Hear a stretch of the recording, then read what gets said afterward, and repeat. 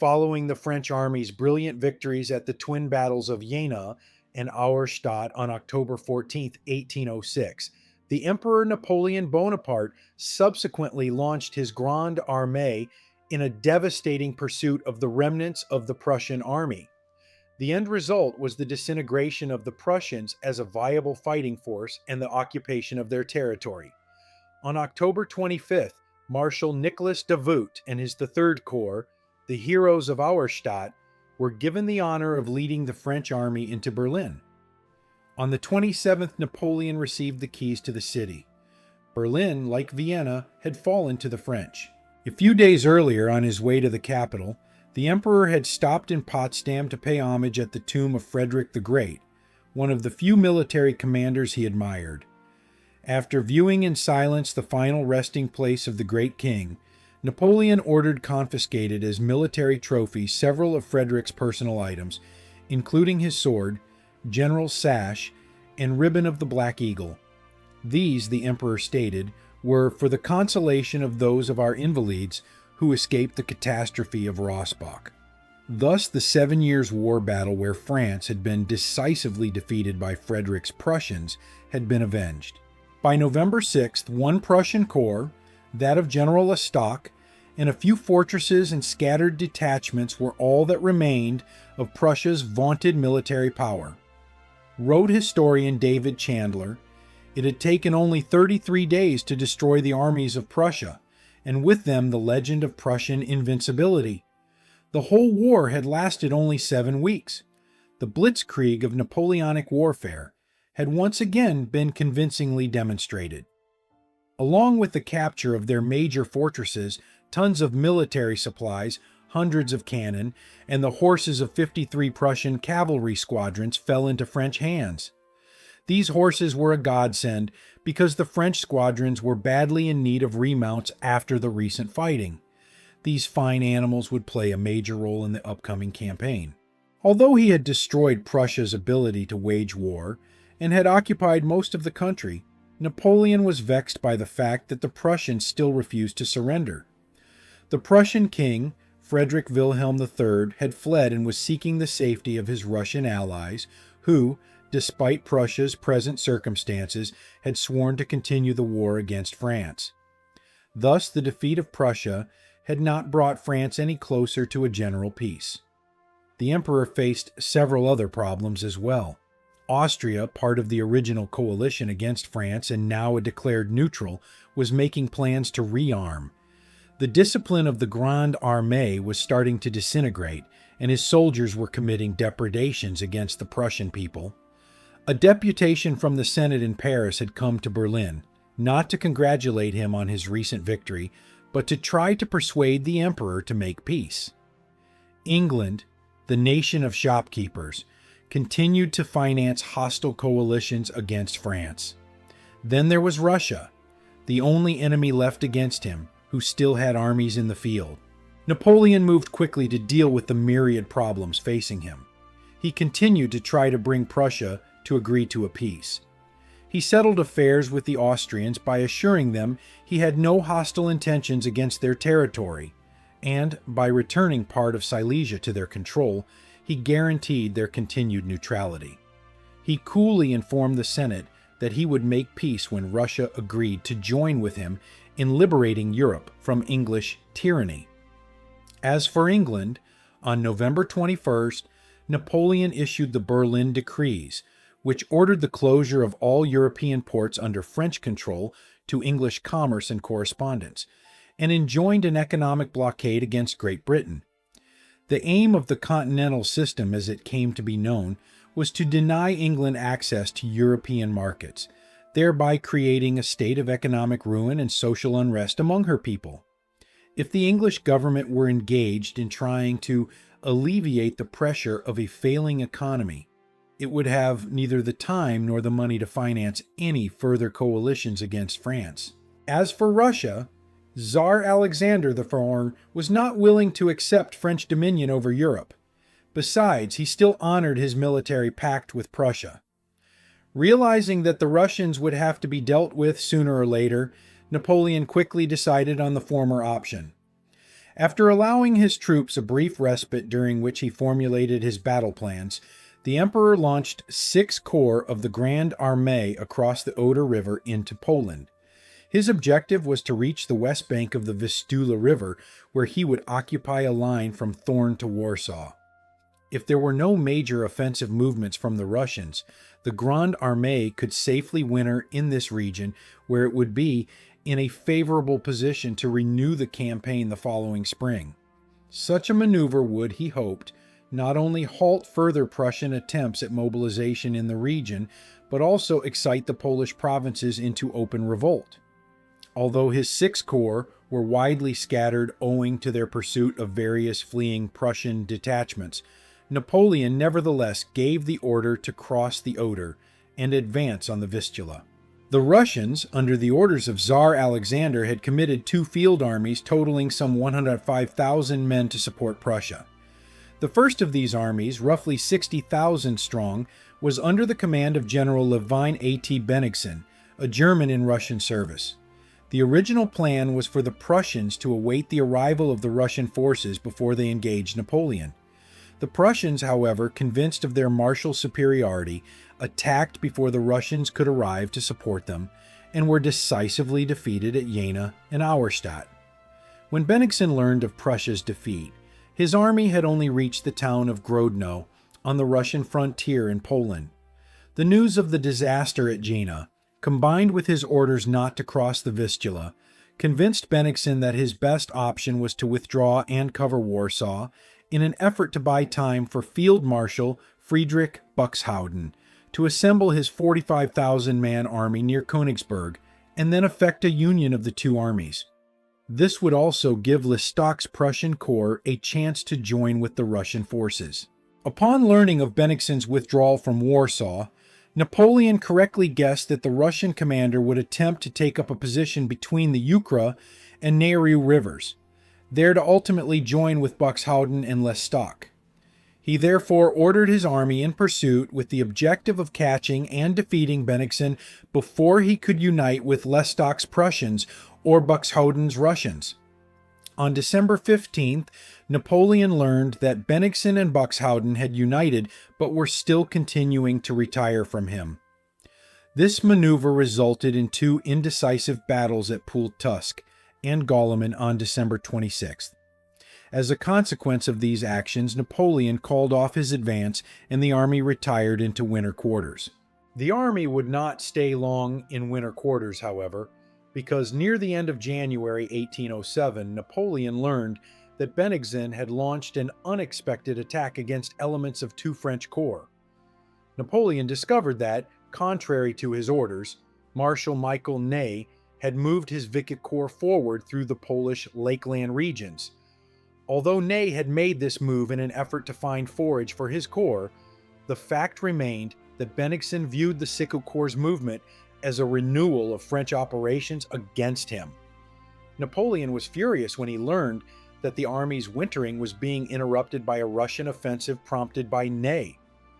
Over the next several days, the dispatches sent to Ney from Marshal Louis-Alexandre Berthier, the chief of staff, were filled with the emperor's displeasure.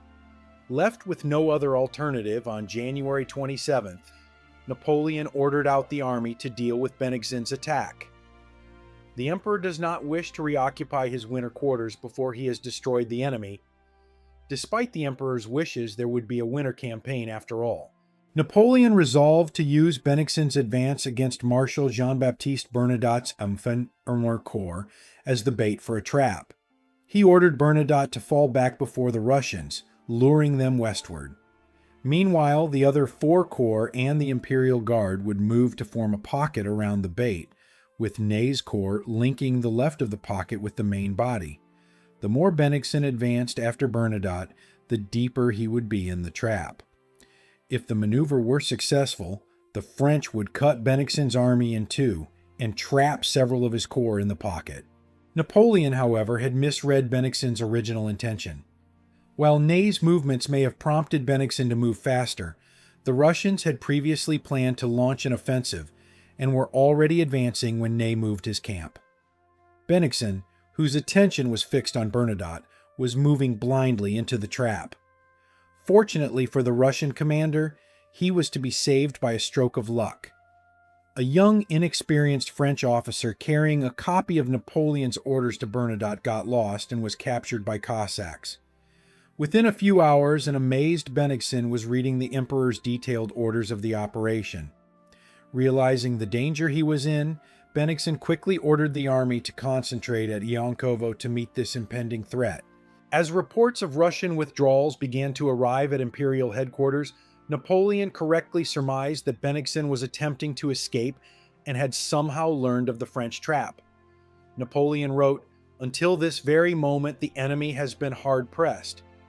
It is now clear that he appreciates our maneuvers, though only with some difficulty, and wishes to escape, a fact that makes me think that he finds himself informé.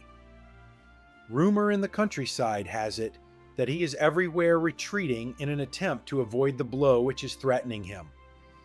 Napoleon then reckoned that Bennigsen would try to rally as many troops as possible and make a stand to hold up the French, thus allowing the rest of his army to escape the trap. He concluded that the enemy must be immediately attacked to prevent his escaping. The Emperor had correctly surmised the situation, but he did not realize that Bernadotte had never received his orders and was unaware of the French maneuvers. On February 3rd, the Emperor, with elements of the Imperial Guard and 5 divisions from Ney's III and Marshal Nicholas Soult's IV Corps, arrived at Yankovo. There he found the Russians drawn up in battle line waiting for them. Although having only limited forces at his disposal, Napoleon knew that the rest of Ney's and Soult's corps were close at hand, and that the Guard and Marshal Pierre-François Augereau's 7th Corps were not far behind. He therefore resolved to attack at once. Giving command of Ney's troops to Marshal Joachim Murat, he ordered him to pin the Russians in place while Marshal Soult tried to turn their flank and cut off their escape route.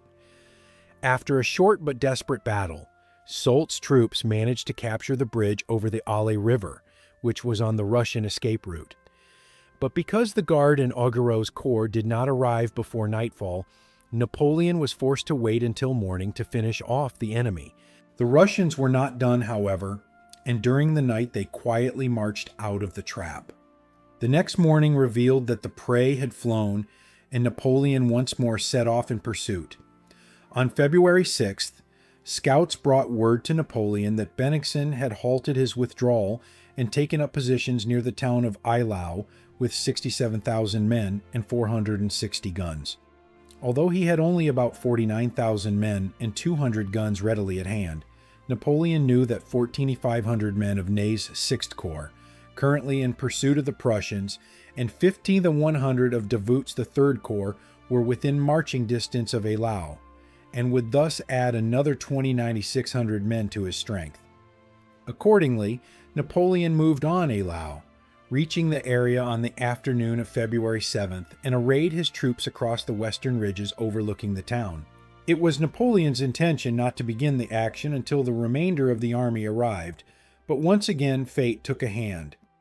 The imperial baggage trains, unaware of the Russian presence in Eylau, entered the town in search of quarters for the emperor.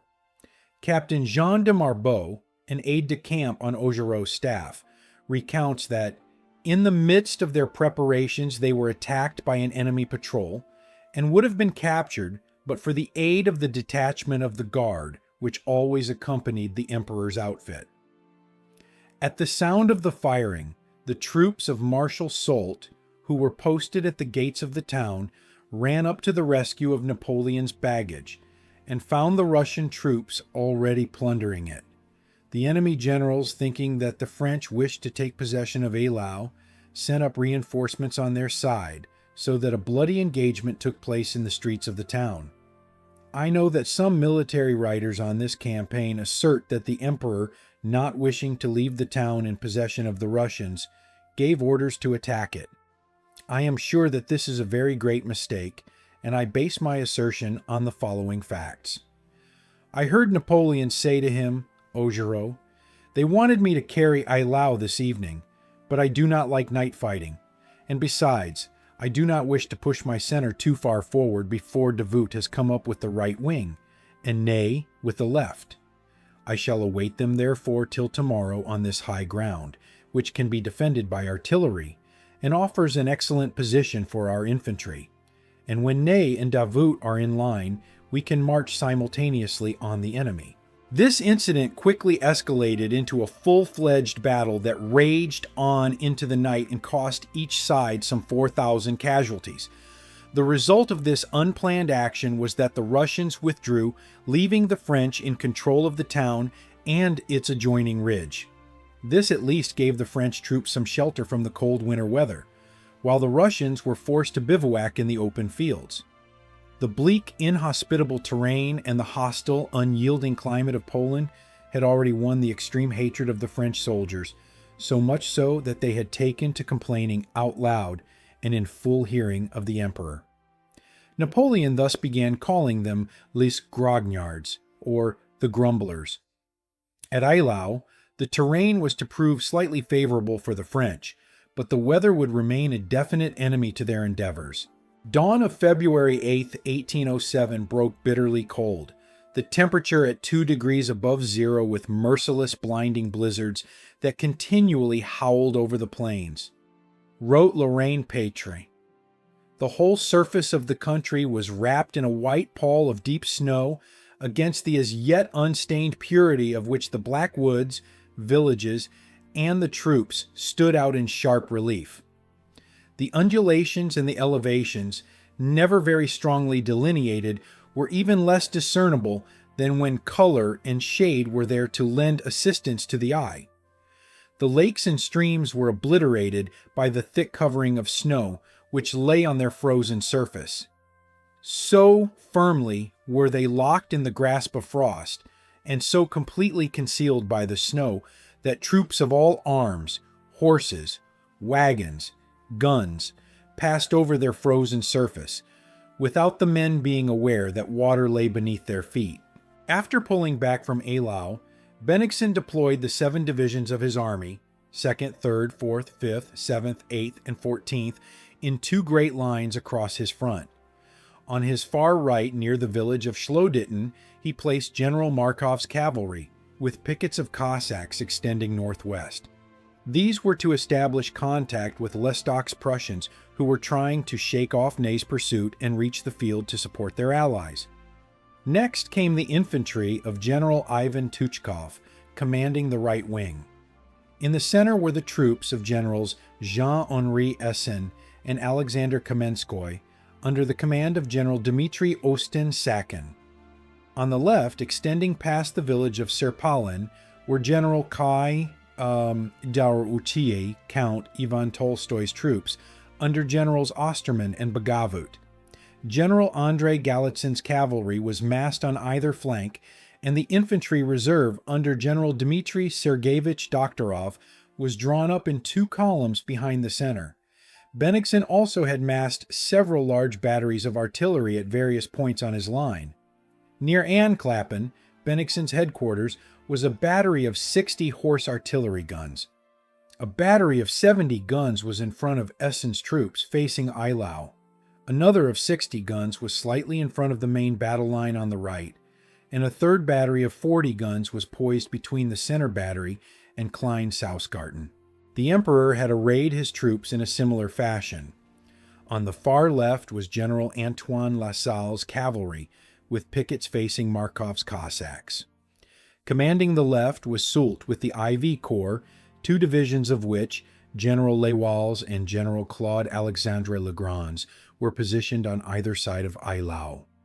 Behind Legrand and to the right of the town was the Imperial Guard, held in reserve as always. Next came Augereau's 7th Corps, and to his right General Louis Saint-Hilaire's division of Soult's Corps. Behind Augereau and Saint-Hilaire and extending to the village of Rothenen on the right was the cavalry reserve commanded by Marshal Joachim Murat, and behind them the cavalry of the Guard under Marshal Jean-Baptiste Bessières. On the far right was General Edouard Millaud's dragoons of the cavalry reserve. Napoleon's plan was a double envelopment by the corps of Ney and Davout, while he held the Russians in place with a pinning attack against their front. By the time the action opened, however, Davout's corps had not yet arrived, and Ney's corps was even farther behind schedule owing to the fact that Napoleon did not send him the orders to march to Eylau until 8 o'clock that morning. Even though he was some 29,000 men below his planned battle strength, Napoleon, trusting in the sluggish and unimaginative nature of the Russian commanders, believed he could hold the field until these reinforcements arrived. The battle began around 8 a.m. with a massive Russian artillery bombardment. As shot and shell fell in and around Eylau, the French gunners responded. An artillery duel quickly raged all along the line, the angry rumble of the guns muffled by the wind and falling snow. Although the Russians had the heavier weight of metal, they got worse than they gave owing to the superior quality of the French gunners, and the fact that the French guns were of necessity more extended than those of the Russians. The French also had the benefit of some cover from the towns, while the Russians were massed together in the open and silhouetted against the snow. Within an hour, both Eylau and Rothanen were burning, the smoke mixing with the snow and casting a dark pallor across the field. Around 8:30, Napoleon ordered Soult's corps, supported by Lasalle's cavalry, to demonstrate against the Russian right, pinning them in place and distracting their attention from their left flank, where he expected to make the main attack with Davout's corps. Davout's leading unit, General Louis Friant's division, was just then approaching the field and would need time to deploy. This unenviable task had the immediate and opposite result desired. Instead of pinning the Russians in place, Soult's advance goaded Tuchkov into launching a massive retaliatory attack that slammed into the IV Corps. By 9 a.m., Soult had fallen back and was desperately trying to hold Windmill Hill against overwhelming pressure. At the same time, a large force of Galitzin's cavalry surged forward from the Russian left and fell on Friant's columns as they began to deploy. Napoleon had not counted on Soult being so badly mauled so quickly, nor on Davout having to force his way onto the field amid masses of cavalry. With both flanks thus threatened, Napoleon had two options. He could either pull back Soult and trade space for time in hopes that Davout and Ney could then arrive on the field in force, or he could ease the pressure on Davout by counterattacking the Russian left. Believing that Bennigsen would probably renew the attack against Soult and then drive for Eylau, Napoleon decided on the latter course and ordered Augereau's 7th Corps to create a diversion by advancing against the Russian left. Augereau, although very ill, put his corps in motion. Supported on their right by Saint Hilaire's division, which was to serve as flank security, as well as link up with Davout's left, the 7th Corps surged forward through a renewing blizzard. The snow prevented the commanders from seeing their troops. The howling north wind rendered it impossible for the soldiers to hear the word of command. At times, it was not possible to see 10 yards off. The action at such moments had the character of a night attack, wrote Pétry. With the wind blowing in their faces and unable to adequately see through the swirling snow, the two units diverged. This resulted in the 7th Corps swinging to its left, thus moving across the front of the Russian lines. One battalion, the 14th Regiment of the line, had veered more to the right and suddenly found itself alone in front of the enemy's position. In the darkness, the French batteries in front of Eylau mistook Augereau's men for the enemy and began to fire. As they continued groping their way to the left, the 7th Corps moved straight toward the Russian center where lay the 70-gun battery. Noting the direction of the French columns, Bennigsen had moved forward units from his reserve to counter them. These troops now fired a volley at close range and then charged the staggered French with bayonets. At the same time, Russian cavalry charged down upon the survivors.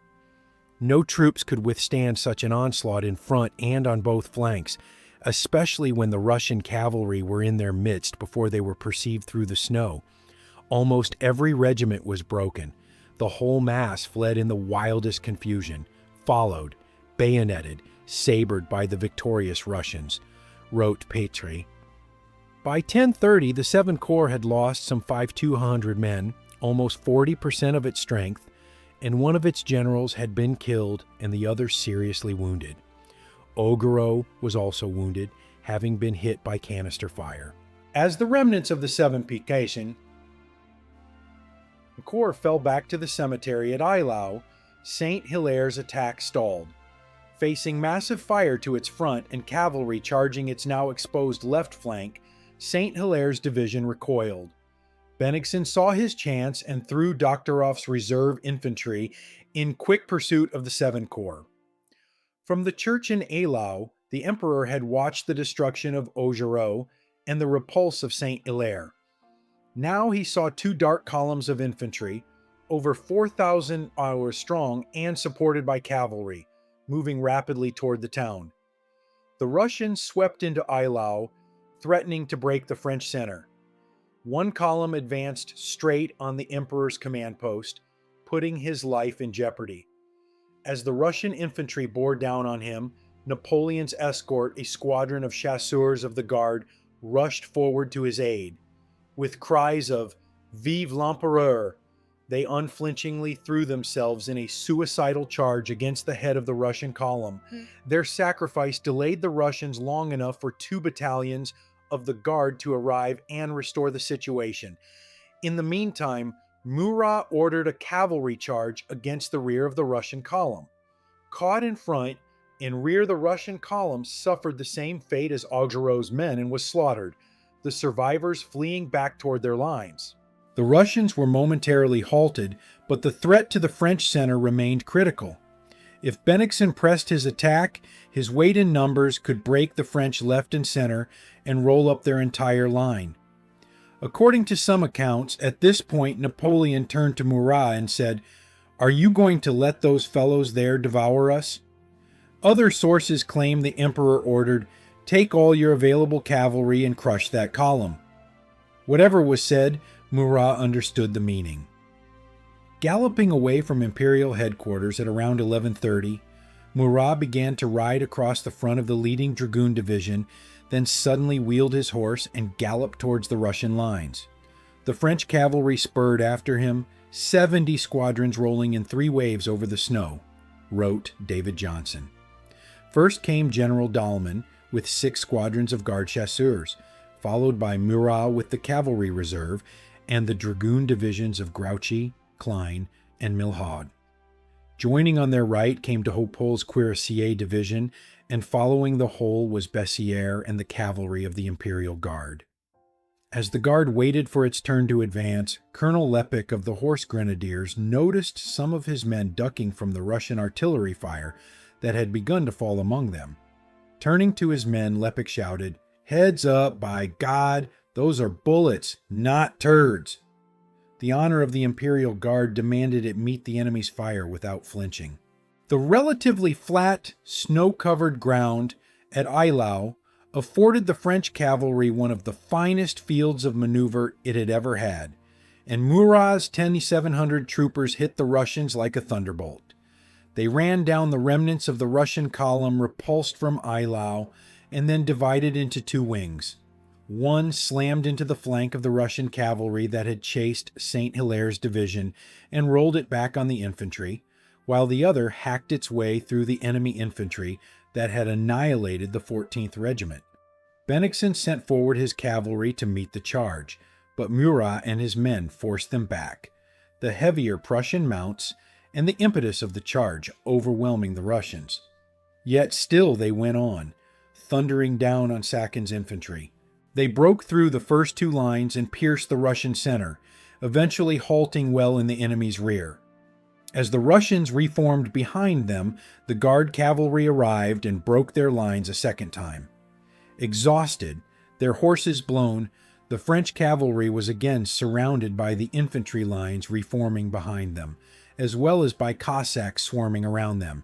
It seemed like there was no escape. A Russian officer demanded Lepik's surrender.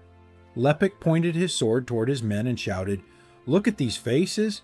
Do they look like men who would surrender?" The only way out was the way they had come. Murat reformed his cavalry into a single column, and they charged again, cutting their way back through the enemy infantry to reach the safety of their own lines. It was a magnificent charge, one of the greatest in all military history, and for the loss of some 1,500 troopers, Murat had temporarily alleviated the danger and won for the emperor a much-needed respite. It was then suggested that the Imperial Guard be committed to take advantage of the success gained by Murat's cavalry, but the emperor refused. The Guard was his only reserve, the only fresh troops remaining in case Bennigsen renewed the attack against his center. Besides, there was still the possibility that the Prussians might arrive on the field, so the opportunity passed and the Guard held their position. Bennigsen had also missed his opportunity to break the French lines, but now his attention turned from his center and Murat's cavalry to his left and Davout's corps. Around noon, with the Third Corps at last on the field and deployed for action, Napoleon ordered Davout to attack the Russian left. With Saint-Hilaire supporting his left flank and Friant's division leading, Davout hit the Russian left hard, forcing it back at an angle to their main line. Friant took Serpalin and then drove toward Kutschitten in the Russian rear. After bitter fighting, the French took Kutschitten and then pushed the Russians out of Ancklapen, forcing Bennigsen and his staff to abandon their headquarters. The road through Kutschitten was Bennigsen's main escape route, and when the village fell, Russian morale plummeted. By 3:30 p.m., the entire Russian left flank was retreating before the Third Corps' attack. Just when it looked as if Davout would secure a French victory, the Prussians arrived at Kutschitten. Having eluded Ney, Lestock's weary corps arrived at Schloditten on the Russian right around 1 p.m. Here he received an urgent message from Bennigsen, ordering him to support the threatened left flank. After allowing his men a brief rest, Lestock marched through Schloditten and passed behind the Russian rear, gathering whatever Russian troops he could along the way. At about 4 p.m., Lestock's 584 Prussians crashed into Davout's open right flank near Kutschitten, rolling them back and driving them from the village. Davout's men fought fiercely to hold the ground they had won, but the Prussians slowly pushed them back. In Kutschitten, the 51st Regiment of the Line and 4 companies of the 108th Regiment were annihilated. No quarter had been asked, and none was given. The French continued to recoil before the Prussian onslaught, falling back on Klein-Sausgarten. The Russians, their morale restored by Lestock's arrival, fell in on the Prussians' right and returned to the battle, driving the French from Ancklapen.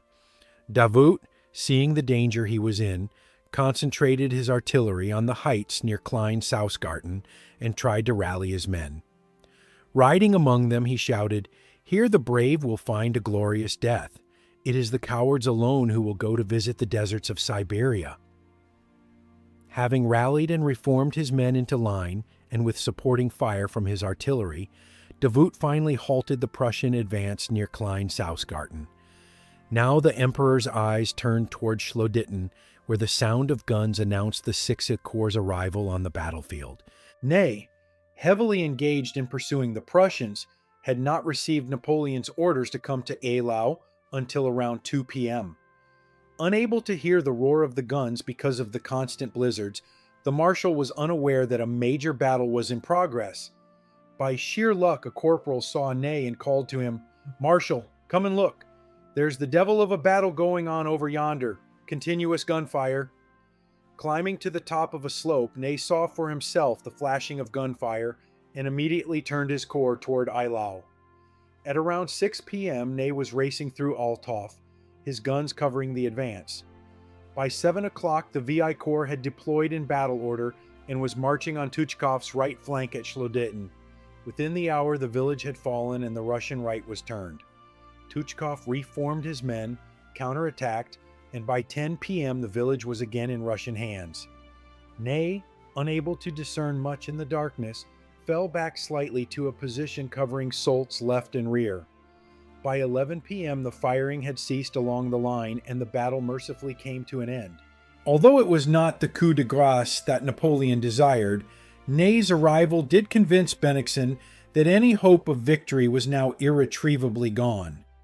During the evening he withdrew his army, granting Napoleon the field and the victory, such as it was, and marched toward Friedland.